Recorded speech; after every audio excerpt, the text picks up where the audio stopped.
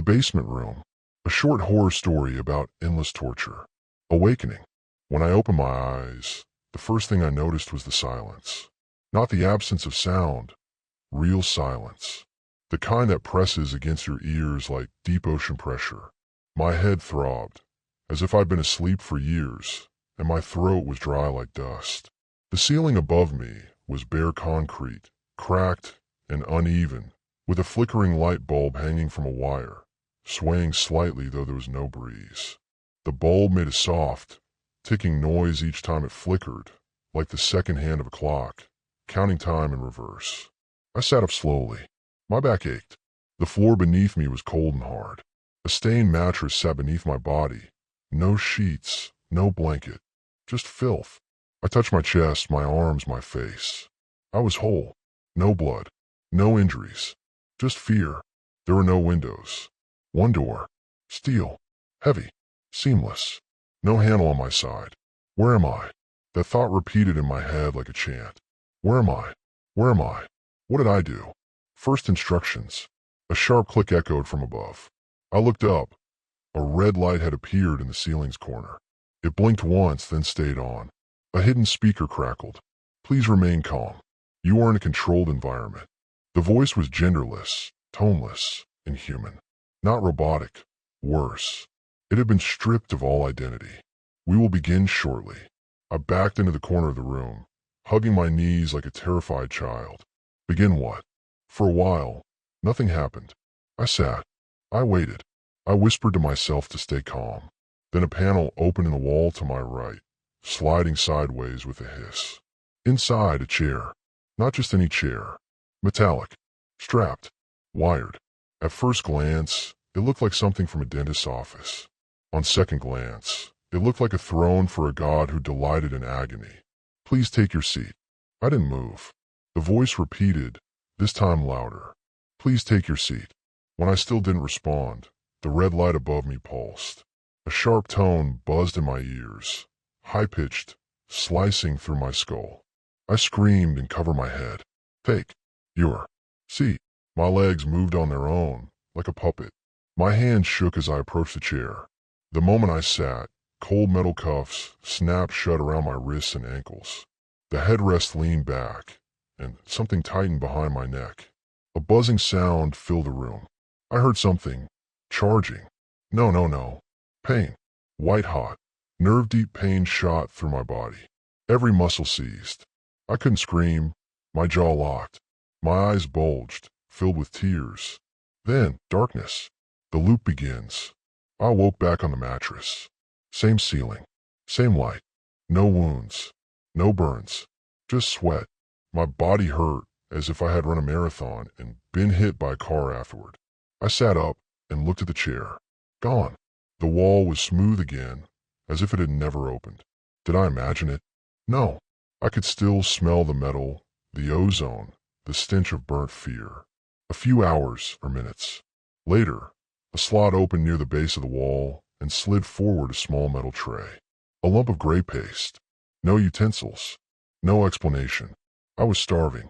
I ate it. No flavor. No texture. Just warmth and density.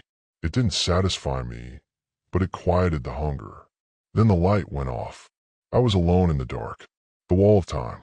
The next day, if it was a day, I found a loose piece of stone from the floor. I used it to scratch a tally mark into the wall. One line. One day. I would keep track. I would survive this. The voice returned. Today we will explore auditory thresholds. This time, there was no chair. Instead, speakers appeared in the corners of the room. A high-pitched tone began, barely audible, like a mosquito in the brain. It grew louder, and louder, and louder. I begged. I screamed. I clawed at my ears until blood poured between my fingers. Then nothing. Blackness. I woke up. No blood. No scars. Just pain. Pain in the memory. Pain in the soul. Another tally mark. Time melts. I tried sleeping. Hours passed. Or seconds. Or weeks. The light never turned off again. Sometimes it flickered rapidly, giving me seizures of panic. Sometimes it stayed solid. Food kept coming. Always the same. The tortures changed daily. Isolation. Days of no sound, no light, no food, only my own thoughts. Cold, breath freezing in midair, body shaking violently. Heat, skin blistering, though no flame touched it. Voices, people I knew, whispering terrible things. My mother, my teacher, my old friend Mark who died 10 years ago. They all said the same thing. You deserve this. Escape? One day, the door opened. Not a crack. Wide open. Beyond it, stairs. Stone. Spiraling upward. A soft, white light glowed at the top. I stood still for a long time. Was it a trick? If I stay, the torture continues. If I leave, maybe it ends. I ran. Up the stairs. Panting. Clawing the walls for balance. I reached the light. I stepped through. And awoke. On the mattress. Same light. Same red eye blinking from above. Welcome back. I screamed until my voice broke. Conversations with the voice. I stopped trying to fight it. After that failed escape, or whatever that was, something inside me broke. I stopped screaming when the tortures came. I stopped marking the wall. It never kept the marks anyway. Every day, the tally lines vanished, as if the wall was alive, healing itself to erase my sense of time. One morning, or what felt like morning, I heard the voice again.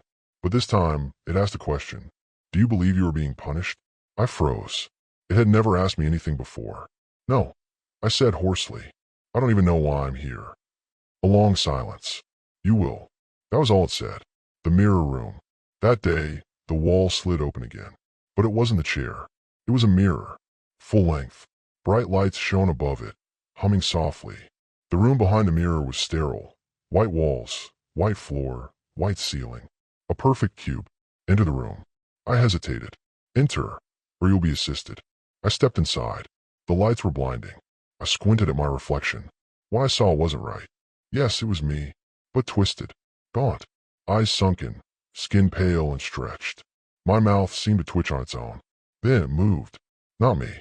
The reflection. It smiled. I didn't. It raised its hand, slowly, mockingly, and waved. I stepped back, heart racing. This is you, the voice said, without the lies you tell yourself. I tried to speak, but the mirror shattered. 1,000 shards froze in midair, suspended like glass snowflakes. Then they collapsed, and I was back, on the mattress, light flickering. Was it a hallucination, or was that something else? The other one. After that, I stopped being alone, not physically, but mentally. There was a presence in the room with me. I couldn't see it, not directly, but I could feel it, like a weight pressing against my thoughts. A second mind, overlapping mine. At first, it only whispered, laughs, echoes, repeats of my own thoughts, slightly altered. I'm not going to break. You already broke. I didn't do anything wrong. You did, and you know it. One night, if it was night, I woke up to see words written on the wall in something dark and sticky. You put me here. I backed away, heart pounding. Who are you? I whispered. Nothing answered, until the voice returned. You know who they are. And suddenly I did. The memory came like lightning. A boy. My brother. The lake. The accident. But it wasn't an accident, was it? Revelation. I was 12. He was 10. We were playing on the dock, at the summer cabin. My parents weren't watching. We fought, just a push. Just a stupid, angry push. He fell, hit his head. I watched him sink. I ran. Leet. Said he slipped. And they believed me. I buried the memory. Changed it. Over time, I forgot it. But it didn't forget me. He's here, I whispered. Isn't he? The red light blinked. Everything you see is built from the truth you refuse to face. Endless. From then on, the tortures were personal. A recreation of the lake. The moment of the push, over and over. His face underwater, staring up at me. The sound of my own voice screaming. I didn't mean to. I tried to stop it. Begged. Cried. Prayed. Nothing helped. Eventually, I stopped reacting. I let it happen. I watched the memory like a film on repeat. Numb. Hollow. You're learning, the voice said. 12. A door appears. One day, a real door appeared. Wooden. Old. With a brass knob. It looked like the door from our old cabin. I stood in front of it for a long time. Then, I opened it. On the other side was the lake. Trees swaying. Wind blowing gently. I stepped out. The air was real, crisp. The water shimmered. I walked to the edge. My brother stood there, 10 years old, soaked, shivering, blue-lipped. "Say it," he whispered. My throat locked. He stepped closer. "Say it." I fell to my knees. "I'm sorry. I pushed you. I was angry. I I left you there." He looked at me for a long time, then smiled, and faded. 13, the real room. When I opened my eyes again, I was in a different room. Smaller, white walls, a single chair in the center. No red light, no voice, just silence. I sat. I waited. Nothing happened. Then, for the first time in forever, I heard a new sound. A door unlocking. A real door. Light flooded in. 14, epilogue. I stepped out into the hallway. Cold, sterile walls. Cameras. A long corridor ahead. A man in a lab coat stood waiting. He held a clipboard. "You've completed your session," he said. "You may leave." I stared at him. How long was I in there? He checked the clipboard. 6 hours. I blinked. 6 hours? No. I was in there for years. He looked at me, expressionless. That's common. I looked back at the room, at the door closing behind me. It looked so small from the outside, but inside, it was infinite. After the room, they gave me clothes. Gray, generic, like something out of a prison or hospital. No logos, no stitching, just fabric that itched and clung to my skin. The man in the lab coat led me through white corridors. We passed doors, dozens of them, each identical to the one I had just exited, all unmarked, all sealed. "Are there others?" I asked. He didn't look at me. "That's not your concern." I stopped walking. "What is this place?" He paused, turned slightly. His eyes were a faded gray, as emotionless as the walls. "You participated in a voluntary rehabilitation protocol. That's all you need to know. I didn't volunteer. You did. You just don't remember. Most people erase the memory." I stared at him. What was the point? He didn't answer. Orientation. They took me to a room labeled orientation. The first label I'd seen anywhere in the facility. Inside, a chair, a screen, and a speaker mounted on the ceiling. I sat. The screen flickered to life. "Congratulations. You have completed Phase 1, confrontation. Your psychological profile has been updated. Your memory was successfully reintegrated. You may now proceed to Phase 2, integration." I stood up. "No, I'm done." I faced it. "I want to go home." The screen went black. Then a new message appeared. "There is no home." Back inside, they brought me to a new room. Not a basement this time. It looked like a hotel room. Clean, carpeted, comfortable. A bed with fresh linens. A desk. A small fridge. A television. It looked normal.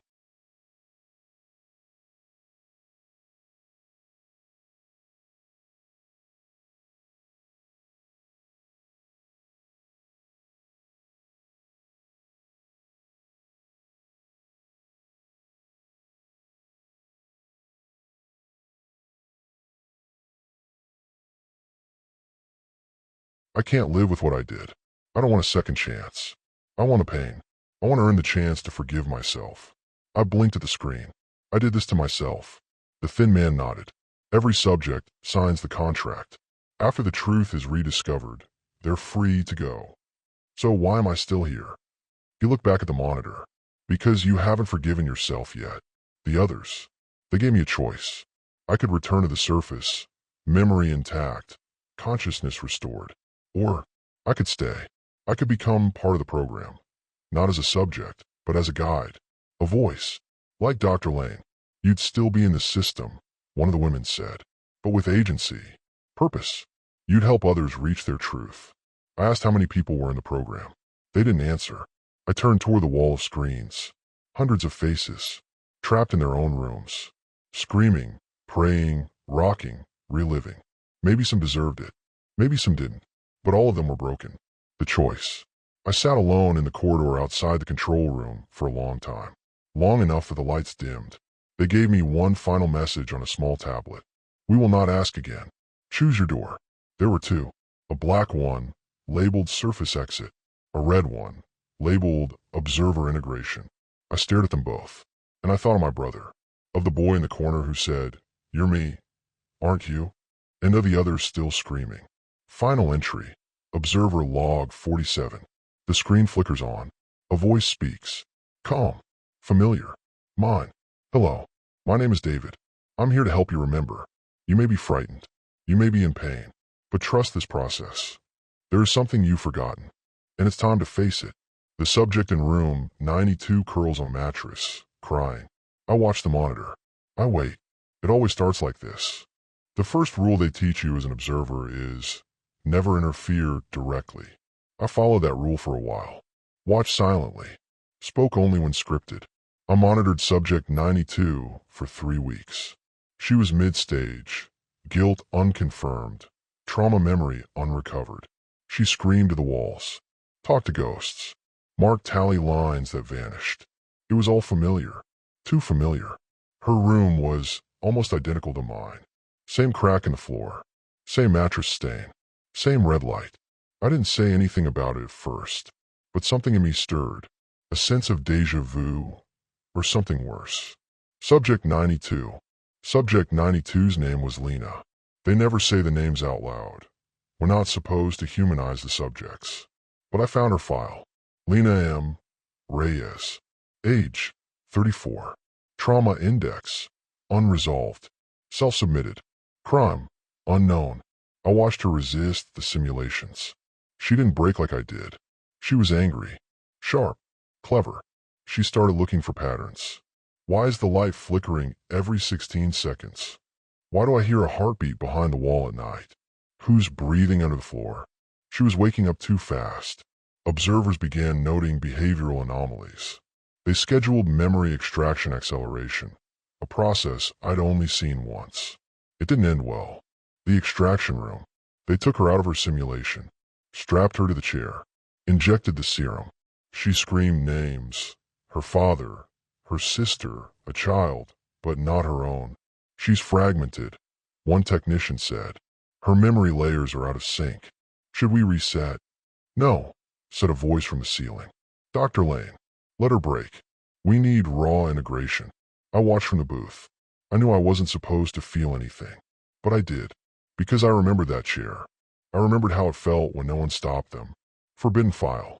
That night, I accessed the secure server. There's a database only observers at Tier 3 can see. I wasn't supposed to have clearance, but I found a backdoor. It wasn't hard. They underestimate us once we become part of the system. In the hidden archive, I found a folder. Non-voluntary subjects, red line. There were hundreds of names. Most were crossed out. Deceased or unrecovered. But Lena's name wasn't. She wasn't a volunteer. The original lie. The entire program is built on one premise. All subjects choose to be here. I believe that. It's what kept me sane. If I chose this, if I earned it, then the suffering had meaning. But Lena, she didn't sign anything. There was no memory wipe protocol. She was taken. From where, I still don't know. I confronted the thin man, the one who first met me when I emerged from my room. You said everyone chooses this. He blinked once. They do. Eventually. That's not the same thing. It is to the system. The red room. When I returned to my observer station, Lena was gone. Her room was empty. No trace. I checked the logs. They listed her as transferred. I followed the routing file to a level I hadn't seen before. Sublevel R, Special Continuation Program. It was below even the simulation floors. Below the extraction cells. Only accessible through a red door. I used my credentials. Swiped twice. Entered a long corridor bathed in red light. And at the end, a screaming room. I don't mean that metaphorically. The walls screamed. Voices of the lost. The damaged. The overwritten. She remembered. I found Lena strapped to a table. Eyes open, but not blinking. She was watching herself on a monitor. A looping memory that wasn't quite right. A child crying in a burning house. A man standing by and doing nothing. A locked door. A forgotten sister. A fire. And then a calm voice saying, "This was your fault." But it wasn't her memory. I could see it in her eyes. She knew. She was being programmed to believe a guilt that wasn't hers. Observer or subject? I did the unthinkable. I shut the monitor off. The scream stopped. Lena turned her head toward me, slowly, shakily. Her voice was raw. "You're not supposed to be here. Neither are you," I said. She laughed, a broken, beautiful, human sound. "Is this still the room?" she whispered. "I don't think we ever left it."